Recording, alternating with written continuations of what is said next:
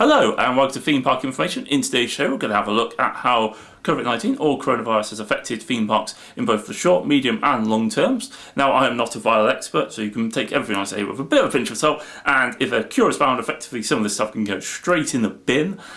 So let's get to it. I mean, what you can see from the short term is a lot of really good options have already been taken up by parks. So you have things like temp checks at the entrance, you have it like limited capacity, you have it where, for example, they're cleaning down trains, virtual queue lines.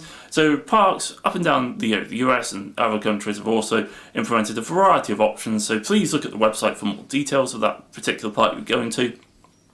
And I will be honest, those ideas look pretty comfortable. I mean, social distancing at theme parks should be quite easy. Most of them have very wide boulevards and areas, so you should be able to keep pretty separate from people. And obviously with limited capacity, that also helps. And I will be honest, queuing, even if they were to divide up the queue line, which could be pretty confusing, virtually doing it seems like a really cool idea. And in fairness, I can actually see some of this stuff actually coming into effect after the coronavirus has been and gone. So that's pretty much, I reckon, going to be how it's going to be for the entirety of that's the kind of short term, the rest of this year, where parks effectively open at half capacity, let's say. Next year is actually going to be really interesting because if a cure is found, or if, for example, it disappears from society quite a lot, then I can actually see effectively it going straight back to normal, how it was the year before. I can actually see parks potentially in the short term realising they need to get more people through their gates. So I can see maybe more ticket offers, more vouchers, more sales and such. That's the best case scenario. Obviously, if it's still around, I can see effectively maybe them letting slightly more people in. I can also see them continually monitoring it and effectively opening, maybe more rides and attractions for longer. Maybe making it so they're not stringent. Maybe, for example, people on the same train sit all together. Maybe face masks might not be mandatory, but obviously it's a lot in the air. It depends which way. I can obviously, for example, it being obviously no restrictions back to normal, or effectively slight restrictions, but nowhere near as severe as what it was this year, and a general massive improvement. Obviously, that could happen, it might not, it could be completely different, they could all be shut still. So this is very hypothetical. My personal opinion is actually I reckon they'll be open very close to normal.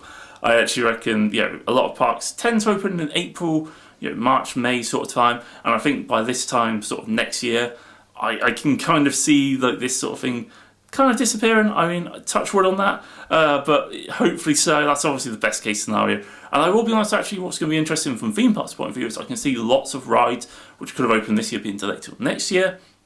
And I can see lots of parks trying to add new attractions and stuff like that to get people through the doors.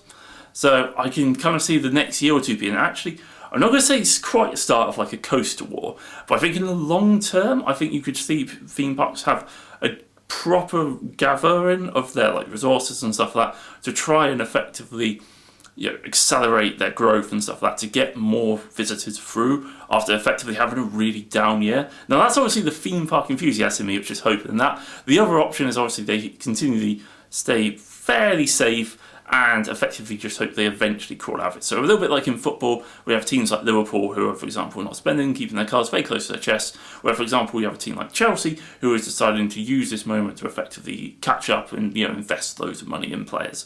And it could kind of see the same thing with roller coasters, where certain parks, for example, maybe like the SeaWorld parks, continue to invest loads of money to gain an edge on their competition, whereas, for example, maybe like the Six Flags parks tend to keep their money in their pocket, seeing as they've gone financially into bankruptcy at least once. I can see it them doing something similar. So obviously quite a few rumours that it might happen again.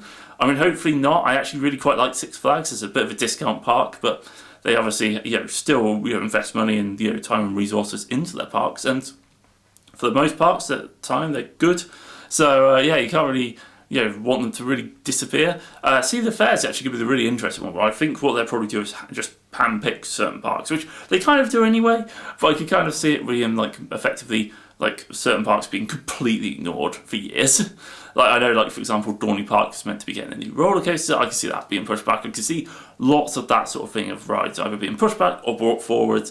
Obviously, it's going to be hugely dependent on the park and what they're trying to accomplish and do. Do I think, theme parks have learned lessons from this? I do. I actually think, for example, I can see them having new policies and strategies in how to deal with it in the future. I can see them actually maybe also developing queue lines or, for example, ticketing systems which take it into account. As I said already, that virtual queue lines could actually become a very real possibility where you effectively turn up at a ride at a certain time to ride it and stuff like that, which works, I think, really well at busy parks, but I'm not necessarily sure I'd want that, for example, Cedar Point. I don't think it would quite work there. But anyway, yeah, that's enough. Obviously, leave your thoughts, any comments, ideas in the comment section below. Hopefully you've enjoyed the video, and yeah, don't forget to like, comment and subscribe, and I'll catch you on the next one. Thanks very much for watching.